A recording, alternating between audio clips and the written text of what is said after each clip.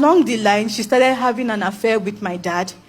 And my mom got to find out about it. And please forgive me. My mom said, what am I forgiving you for? And she opened up to say, everything that happened over all of these years, she did it. Good morning, Pastor. Good morning, church. My name is Ubani, and I'm here to bless the name of the Lord. Sorry, I'm a little tensed. Okay. I have 3 testimonies. My dad used to be, growing up, very good, very okay. He was sane, and he used to work with Ministry of Interior as one of their top persons. At 10 to 11 to 9, my dad started getting upset and angry. He would just wake up. There's this cutlass he usually would keep under his pillow. And we have always wondered, what is this cutlass for? Until we got to find out and understand that that was for my mom. So, whenever, it wasn't like this before now, like I said. So whenever the episode starts, he would beat her up with it, and he would, most of the time, lock us up for us to witness it, and we would clean up after him. And then, for the other times, we would, sorry. For the other time, he would throw us out with her, taking her ATM card, every means that we're supposed to use to get help, and he would leave us on the street and leave with her almost dead. So the place we would usually go to was Chisco Park at Utako, because that was where her family knew to come pick her up from when we would contact them. And over time, it kept on happening and happening. Most of the time, it could be piso, like what you used to pound yam. And then, these are my siblings. And then, in 2012, he told us, oh, you have to move to Cross River State. And we were like, we're already in school. My siblings, we already have friends here. At least we're trying to blend. For someone like me, I couldn't blend. I was just the odd one all the time, and they didn't know that this was what was happening. And that was why I was like that. So, sorry. He forcefully took us to Cross River State with my mom. And then we got signed up in a school, St. Brendan, Cross River State. If you are from there, you would know. And then we went there, and one of those days, we were in school, and we heard kids, children shouting. And we were like, what's going on? Is something fun happening outside? So we went outside, and they were like, oh, your dad is here. I'm like, my dad can't come to school, because they used to see us like, oh, the rich kids. But they did not know that I was wishing to be like those that did not have and had peace. So we came outside to see what was happening, the fun thing that was happening, and it was a woman in a pool of blood, drenching, and this man screaming, and guess who it was? My dad and my mom. So he said it was just one of those episodes, because the reason why she was in that state was because he gave my sibling the document to the house, and then he was like, you want to steal from me. You took the document. And my mom said, but you gave it to your son. And he was like, no, that she's the thief, that she took it. And that was why she was, thank you, in that state. So he brought her to school to confirm that indeed she was the thief and she took the document. Meanwhile, the document he actually gave it to my sibling, and my sibling confirmed that the document was with him. And after that, he said, you people can't go to this school anymore. You have to come back and sit in the house. And it was the time when I was supposed to write my WAEC. And we're like, please, the people in the school, the head, were saying, okay, let the siblings go. We're 7, and there's 6 boys and just me. So they were like, let the boys go. The girl can just write her WAEC and then come back to you. And it's like, they are my property, they are my own, and I would do what I want with them. And they were like, okay, no problem, you can take your children. And he took us back home. And then when we went there, he would go out and lock us up with a padlock, because he did not want us to possibly run away. But one of those days, he went out with my mom, thinking she was going to run. But my sibling said, sister, we have to do something. You have to go and complete to write your WAEC, because I'd already missed 2 papers. And then when I wrapped myself up like a fugitive trying to run, but I was running from my dad.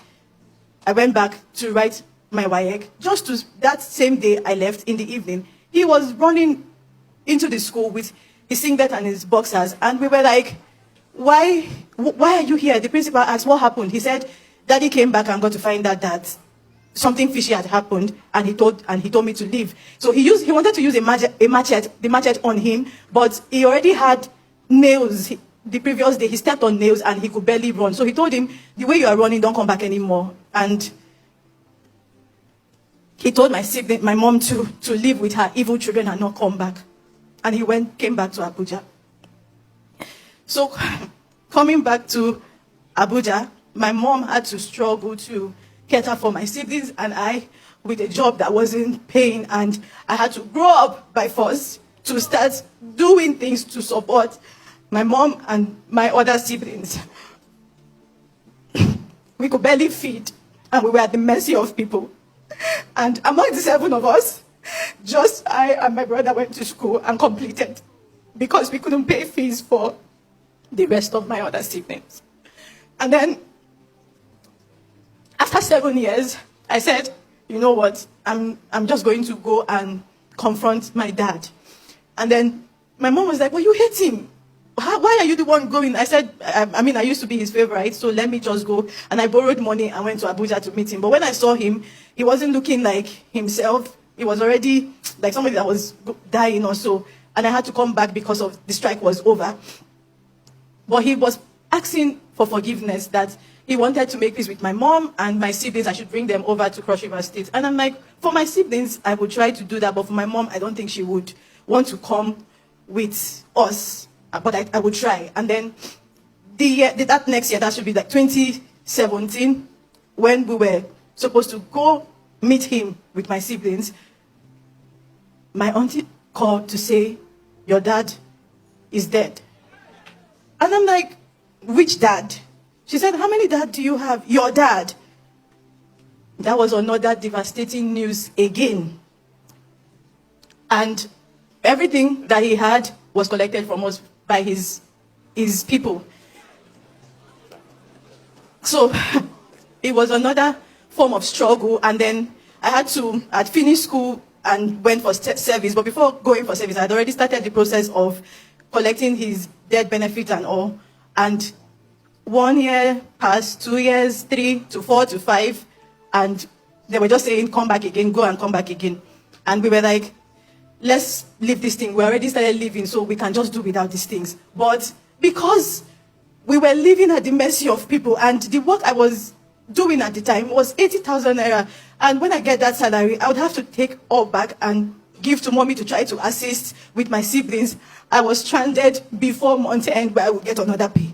And I'm like, okay, when you're tired of the weight, that's what the Bible says, you would shake it, you would stand up. And I stood up and said, I'm going to be intentional because I can't keep living like this. And then the word started to come. My mom had to come all the way from Cross River State like 2 months back because of this. This is after 7 years. And we went to the place and they told us we had to go to court again. We said we had gone to court. This is the papers. But they said, oh, no, that we still have to go. Court said it was going to take 3 months. You have to bring money to them and all of that. And we were like, we're here because we don't even have the money. I am saying we have to bring this. But the word came on the altar and Pastor Jerry said he has finished the work and he has cut it short in righteousness. So my mom went to that place, and among all of the files and everything that was there and people waiting, they said, madam, we're so sorry for keeping you waiting. And they signed the form for her. And because of her, there was a man that was there, and he said he had been coming. Because of her, they said, oh, now you come with this person. They signed his own too. And then we had to go, and they said it was going to take another extra 3 months to get the payment. But the word kept coming. He has finished the work. He has cut it short in righteousness. And the payment came. And we were so excited because finally, the previous time we were struggling and we almost got kicked out from house, and I had to sort for help here. And I was like, how am I going to pay August rent? But this payment came. Everybody, that word that says people would rejoice with you, they would laugh with you. They were even more excited than I was because there's no overtime. We had suffered so much and we thought that was it. Now the big one. So,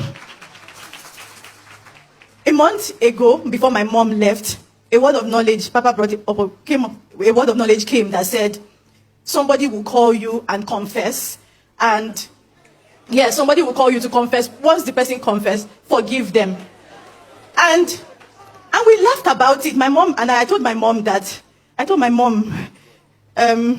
we know we hear plenty things on NSPPD. I wonder what this one don't do now where they say maybe they forgive them. And we laughed about it, not knowing that it was for us. She left the next day, and 3 days after, she had called multiple times when I was at work. And I'm like, why is this woman calling me again? Is there another problem? And I'm like, Mommy, what is it? She was like, I'm freezing. I can't talk. What is going on? She said, remember that person I brought to the house? The lady was 15 years old. And I'm like, yes, I can't remember who this person is. And immediately my cousin called from my dad because he was with us at home. And he mentioned her name. And I'm like, yes, I know the person. So he was like, that's the person Mom is talking about. I ended the call and called my mom back. And this person was saying, I'm dying. I did die, oh. I beg forgive me for what I do. And my mom was like, I've forgiven you for what you did. And what did she do? Along the line, she started having an affair with my dad. And my mom got to find out about it. And she apologized. And my mom said, that's okay. And this is like 20 years. 20 years after. My mom said she did not know where she got her number from, who she got the number from. And then she was like, I've forgiven you. But she said, no, please forgive me. My mom said, what am I forgiving you for? And she opened up to say, everything that happened over all of these years, she did it. All my dad's behavior, the pain, the rejection, she went diabolic. She did it. And that was the word of knowledge that Papa said somebody was going to call you.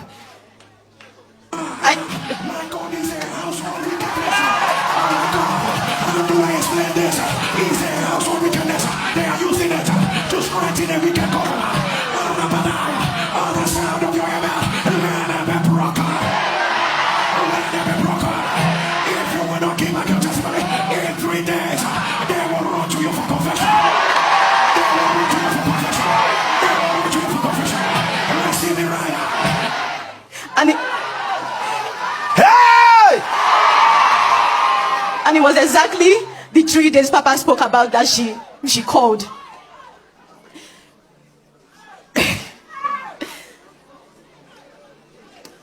We are forgiving them. It's hard. But it's a new season for us because we are no more the way that we used to be. We are not at the mercy of people. We are not struggling. But even though I don't have a dad anymore, and it's so painful to know that somebody actually made us go through all of this pain. But I'm so grateful to God where my auntie is for sending me the link. Pastor Jerry, thank you. Thank you. Thank you. You don't know what you are doing for people like us. We have just come to say thank you. My mom is not here because she had to go back to work, but she said she's with us. Because she wanted me to share. On Thursday, I was going to send a video link because I didn't think I had the courage to come say all of this. But Pastor said that testimony that you are holding, you would have to say it. And I come to say thank you to God and to tell the devil, you are a liar and you failed. Thank you, Jesus. Thank you, sir. What God cannot do,